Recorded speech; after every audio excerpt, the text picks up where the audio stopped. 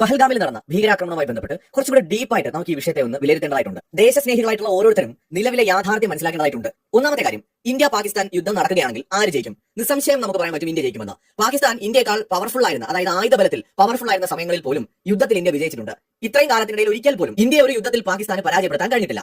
നിലവിലെ അന്താരാഷ്ട്ര തലത്തിലുള്ള സ്വാധീനം വെച്ച് നോക്കിയാലും, അതോടൊപ്പം തന്നെ ആയുധബലം കൊണ്ട് നോക്കിയാലും, എക്കണോമിക് സ്റ്റെബിലിറ്റി കൊണ്ട് നോക്കിയാലും, സൈനിക ശേഷി കൊണ്ട് നോക്കിയാലും, ഏത് കണക്ക് വെച്ച് നോക്കിയാലും ഇന്ത്യ പാകിസ്ഥാനേക്കാൾ വളരെ മുന്നിലാണ്. ഒരുപക്ഷെ പല മടങ്ങ് മുന്നിലാണ്, പവർഫുള്ളുമാണ്. നമുക്കൊരു സംശയമില്ല, പാകിസ്ഥാനെ തോൽപ്പിക്കുക എന്നുള്ളത് ഇന്ത്യയെ സംബന്ധിച്ചിടത്തോളം ഒരു വലിയ ഡീലല്ല. ഇത്രയും കാര്യം കേട്ട് കഴിയുമ്പോൾ പലരുടെ മനസ്സിൽ തോന്നുന്ന ഒരു ചോദ്യം, എങ്കിൽ പിന്നെ എന്തുകൊണ്ട് ഇന്ത്യ കയറി അടിക്കുന്നില്ല എന്നുള്ളതായിരിക്കും. എന്തുകൊണ്ട് അവരെ അടിച്ചൊരു പാഠം പഠിപ്പിക്കുന്നില്ല? ഇതിപ്പോ നാണക്കേടാണല്ലോ. നമ്മൾ വലിയ പവർ ആണെന്ന് പറയുന്നു, നമ്മളെ അതുണ്ട് ഇതുണ്ടെന്നൊക്കെ പറഞ്ഞിട്ട് നമുക്കൊന്നും ചെയ്യാൻ പറ്റുന്നില്ല. എന്തുകൊണ്ടാണ് ഇന്ത്യ ആലോചിച്ച് മാത്രം ഈ കാര്യത്തിൽ കളിക്കുന്നത്? ഇവിടെയാണ് നമുക്ക് ചൈനയുടെ ഒരു ഇൻവോൾവ്മെന്റിനെ സംശയിക്കേണ്ടതായിട്ട് വരുന്നത്. അതുകൊണ്ടാണ് ഞാൻ വീഡിയോയുടെ തുടക്കത്തിൽ പറഞ്ഞത് നമ്മൾ ഈ വിഷയത്തെ കുറച്ചുകൂടി ഡീപ്പായിട്ട് അനലൈസ് ചെയ്യേണ്ട ഒരു സമയമാണെന്ന്. അതായത് നോക്കൂ, ഒരു വശത്ത് അമേരിക്കയും ചൈനയും തമ്മിൽ ഒരു വലിയ വ്യാപാര യുദ്ധം നടക്കുകയാണ്. 245% താരിഫാണ് അമേരിക്ക ചൈനയുടെ മേൽ ചുമത്തിയിരിക്കുന്നത്. സ്വാഭാവികമായിട്ടും ചൈനയിൽ പ്രവർത്തിക്കുന്ന നിരവധി കമ്പനികൾ ഇന്ത്യ ഉൾപ്പെടെയുള്ള രാജ്യങ്ങളിലേക്ക് വന്നുകൊണ്ടിരിക്കുന്ന ഒരു സമയമാണ്.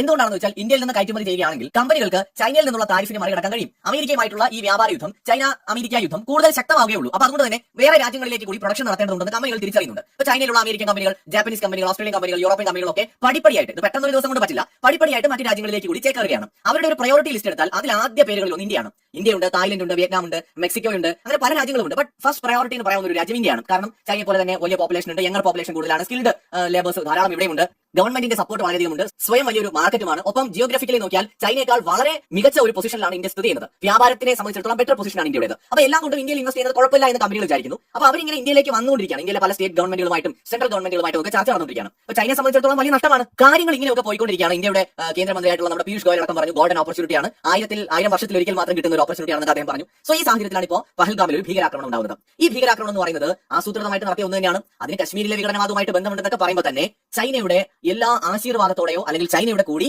ഒരു പരോക്ഷ പിന്തുണയോടെയോ ആണ് ഈ ആക്രമണം നടന്നിരിക്കുന്നത്. അതിന്റെ കാരണം ഈ അടുത്തിടെ ചൈന ഇന്ത്യയുമായിട്ടുള്ള ബന്ധം മെച്ചപ്പെടുത്താൻ വളരെ നല്ലൊരു ശ്രമം നടത്തിയുണ്ടായി. അതായത് ഇന്ത്യയും ചൈനയും തമ്മിൽ ഒരു പ്രശ്നം ഇനിയില്ല. പണ്ടത്തെ പോലെ ഇനി പാകിസ്ഥാനും ഇന്ത്യയും തമ്മിലാകട്ടെ പ്രശ്നം എന്നതായിരിക്കണം ഇവർ ഉദ്ദേശിച്ചിട്ടുണ്ടാവുക. നിങ്ങൾ ശ്രദ്ധിച്ചാൽ മതി, കഴിഞ്ഞ കുറച്ച് വർഷങ്ങളായിട്ട് ഈ പാകിസ്ഥാൻ ഇന്ത്യയെ സംബന്ധിച്ച ഒരു വിഷയമേ അല്ല. നമ്മൾ പ്രധാന ടാർഗറ്റ് ചൈന എന്നുള്ള രീതിയിൽ ഇന്ത്യ ചൈന എന്ന രീതിയിലാണ് എപ്പോഴും വാർത്തകൾ വരുന്നതും കാര്യങ്ങൾ മുന്നോട്ട് പോകുന്നതും. പക്ഷേ ഇപ്പോൾ പാകിസ്ഥാൻ എന്ന് പറയുന്ന രാജ്യം വീണ്ടും രംഗപ്രവേശം ചെയ്തിരിക്കുകയാണ്. അതിന് കാരണമായത് ഈ ഭീകരാക്രമണമാണ്. അതിനുശേഷം സ്വാഭാവികമായിട്ട് എല്ലാവർക്കും അറിയാം, ഇങ്ങനെ ഒരു ഭീകരാക്രമണം നടന്നു കഴിഞ്ഞാൽ ഇന്ത്യ വെറുതെ ഇരിക്കില്ല. ഇന്ത്യ ഉറപ്പായിട്ടും തിരിച്ച് പ്രതികാര നടപടികൾ സ്വീകരിക്കും. അപ്പോൾ ഇന്ത്യ അത്തരത്തിലുള്ള നടപടി സ്വീകരിച്ചു. ഇൻഡസ് വാലി അഗ്രിമെന്റ് അല്ലെങ്കിൽ കരാർ ഇന്ത്യ റദ്ദാക്കും എന്നുള്ള കാര്യം പ്രഖ്യാപിച്ചിരിക്കുകയാണ്, സസ്പെൻഡ് ചെയ്യുമെന്ന് പറഞ്ഞിരിക്കുകയാണ്. ഇതിന് പിന്നാലെ ഇന്ത്യ 5ഓളം നടപടികൾ എടുത്തു. പാകിസ്ഥാൻ ഇപ്പോൾ എന്ത് ചെയ്യാണ്? ഇതിനെ ഒരു യുദ്ധ പ്രഖ്യാപനമായിട്ട് കാണും. അങ്ങനെ പാകിസ്ഥാനിലെ 24 കോടി മനുഷ്യർക്കുള്ള ജലത്തെ, അവരുടെ ഏറ്റവും അത്യാവശ്യമായ ജലം തടഞ്ഞു വെക്കുകയാണെങ്കിൽ അതൊരു യുദ്ധ പ്രഖ്യാപനമായിട്ട്, ഒരു യുദ്ധം അല്ലെങ്കിൽ അങ്ങനത്തെ ഒരു പ്രവൃത്തിയായിട്ട് അവർ കാണുമെന്നാണ് അവർ പറഞ്ഞിരിക്കുന്നത്. ഇത്തരത്തിൽ ഇന്ത്യ പാകിസ്ഥാൻ യുദ്ധം ഉണ്ടാകുമെന്നൊരു പ്രതീതി ഉണ്ടായി കഴിഞ്ഞാൽ എന്താണ് അതിന്റെ ഇമ്പാക്ട് എന്ന് നമ്മൾ മനസ്സിലാക്കണം. അതായത് ഇന്ത്യൻ എക്കണോമിയിൽ ഇത് എത്രത്തോളം ഇമ്പാക്ട് ഉണ്ടാക്കും, അതായത് ലോങ് ടേമിലേക്ക് നമുക്ക് വലിയ തിരിച്ചടി ഉണ്ടാക്കും. പ്രത്യേകിച്ച് ഇത് ഇന്ത്യയിലേക്ക് വരുന്ന ഫോറിൻ ഡയറക്ട് ഇൻവെസ്റ്റ്മെന്റിനെ വളരെയധികം ബാധിക്കും. രണ്ടാമത് ഈ കമ്പനികളുടെ കോൺഫിഡൻസ് നഷ്ടപ്പെടുത്തും. അതായത് ഇൻവെസ്റ്റർ ഇവിടെ ഇൻവെസ്റ്റ് ചെയ്യാൻ റെഡിയാവുന്ന സമയത്ത് ഈ രാജ്യം എപ്പോൾ വേണമെങ്കിലും യുദ്ധത്തിൽ പോയേക്കാം എന്നൊരു സംശയമായിട്ട് തോന്നിയാൽ അയാൾ ഇവിടെ ഇൻവെസ്റ്റ് ചെയ്യും. ഒരു കോമൺ സെൻസ് കൊണ്ട് ചിന്തിക്കും. അപ്പോൾ ഇൻവെസ്റ്റ് ചെയ്യാനായിട്ടുള്ള അയാളുടെ കോൺഫിഡൻസ് നഷ്ടപ്പെടും.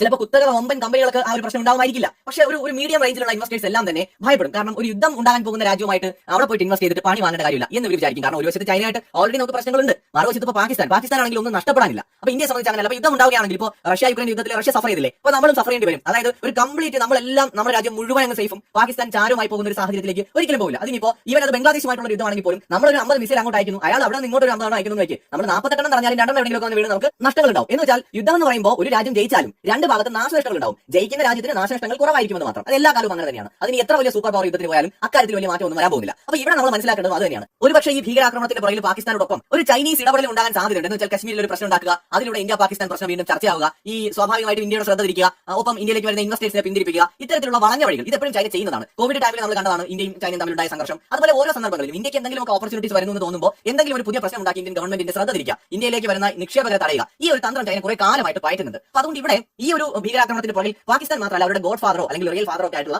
ഒരുപക്ഷെ ചൈനയ്ക്കും ചില ഇടപെടലുകളോ പങ്കോ ഒക്കെ ഉണ്ടെന്ന് നമുക്ക് സംശയിക്കേണ്ടതായി വരും.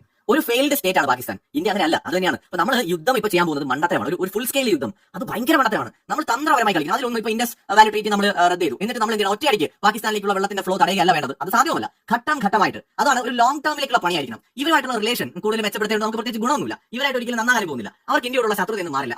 അതങ്ങനെയാണ്. ചില കാര്യങ്ങൾ അങ്ങനെയാണ്. നമുക്ക് ഒരിക്കലും പരിഹരിക്കാൻ പറ്റാത്ത പ്രശ്നങ്ങൾ എന്ന് പറയുന്നത് പോലെയാണ് ഇവരുടെ കേസ്. പാകിസ്ഥാൻ ഒരിക്കലും ഇന്ത്യയുടെ ശത്രുതയൊന്നും മാറാൻ പോകുന്നില്ല. അപ്പോൾ നമുക്ക് ചെയ്യാൻ പറ്റുന്ന കാര്യം എന്താണ്? ഘട്ടമായിട്ട് ഇൻഡസ് വാലിയിലൂടെയുള്ള ഈ ജലത്തിന്റെ ഒഴുക്കിനെ കുറച്ചു കൊണ്ടുവരിക. രണ്ടാമത് നമ്മൾ ഈ സർജിക്കൽ സ്ട്രൈക്ക് മോഡൽ ഭീകരവാദ ക്യാമ്പുകൾ ടാർഗറ്റ് ചെയ്തുകൊണ്ട് ഇതിന്റെ പിന്നിൽ പ്രവർത്തിച്ച മുഴുവൻ പേരെയും തകർക്കുക, നശിപ്പിക്കുക, അക്കാര്യങ്ങൾ ജനങ്ങളിലേക്ക് എത്തിച്ചുകൊണ്ടിരിക്കുക. പാകിസ്ഥാന് മേൽ അന്താരാഷ്ട്ര സമൂഹത്തിന്റെ കൂടുതൽ പ്രഷർ നൽകിക്കൊണ്ട് പാകിസ്ഥാനെ കൂടുതൽ ഒറ്റപ്പെടുത്താനായിട്ട് ശ്രമിക്കുക. ഒപ്പം ചൈന പാകിസ്ഥാൻ കൂട്ടുകെട്ടിനെ ഏതൊക്കെ രീതിയിൽ നമുക്ക് പരിക്കേൽപ്പിക്കാൻ കഴിയും ആ രീതിയിലൊക്കെ എല്ലാ വഴിയിലൂടെയും നമ്മൾ ചെയ്യുക. പക്ഷെ അപ്പോഴും ഒരു ഫുൾ സ്കെയിൽ യുദ്ധത്തിന് നമ്മൾ പോകരുത്. കാരണം 2047 നമുക്ക് ഒരു വികസിത രാഷ്ട്രമാകണമെന്നുണ്ടെങ്കിൽ നമ്മുടെ എക്കണോമി ഒരു 15 ട്രില്യനെങ്കിലും ആകണ്ടേ. ഒരു 15 ട്രില്യൺ US ഡോളറുള്ള ഒരു രാജ്യമായിട്ടെങ്കിലും നമ്മൾ മാറിയാലേ നമ്മൾ വിചാരിക്കുന്ന പോലെ ഒരു മിഡിൽ ഇൻകം കൺട്രി ആയിട്ട് നമുക്ക് 2047 മാറാൻ പറ്റൂ. ഇപ്പോഴത്തെ നമ്മുടെ GDP 4.3 ആണ്. 2027 കൂടി നമുക്ക് വേൾഡിലെ തേർഡ് ലാർജസ്റ്റ് എക്കണോമിക് ആയിട്ട് മാറാൻ കഴിയും. അപ്പൊ നമുക്ക് മിനിമം ഏറ്റവും കുറഞ്ഞതാണ് ഈ 15 ട്രില്യൺ നമ്മൾ പറയുന്നത്. അതൊരു 20-25 ട്രില്യൺ ആക്കി മാറ്റാൻ കഴിഞ്ഞാൽ അത് വേറെ ലെവൽ ഒരു ഗ്രോത്ത് തന്നെയായിരിക്കും. അപ്പോൾ ഇതൊക്കെ നടക്കണമെന്നുണ്ടെങ്കിൽ യുദ്ധങ്ങൾ ഉണ്ടാക്കാതെ നമ്മുടെ ഫോക്കസ് എന്ന് പറയുന്നത് ഡെവലപ്മെന്റിലായിരിക്കണം. ശരിയാണ്, നമ്മൾ വളരാൻ ശ്രമിക്കുമ്പോൾ നമ്മളെ തടയാനും താഴെ ഇറക്കാനും ശത്രുക്കൾ ശ്രമിച്ചുകൊണ്ടിരിക്കും. പക്ഷെ നമ്മൾ അതിനൊക്കെ എങ്ങനെയും തടഞ്ഞിട്ട് നമ്മുടെ ലക്ഷ്യത്തിലേക്ക് എത്തിച്ചേരുക. ഒരിക്കൽ നമ്മൾ അവിടെ എത്തിക്കഴിഞ്ഞാൽ പിന്നെ നമുക്ക് ഒരു തരത്തിലും തിരിഞ്ഞു നോക്കേണ്ടി വരില്ല.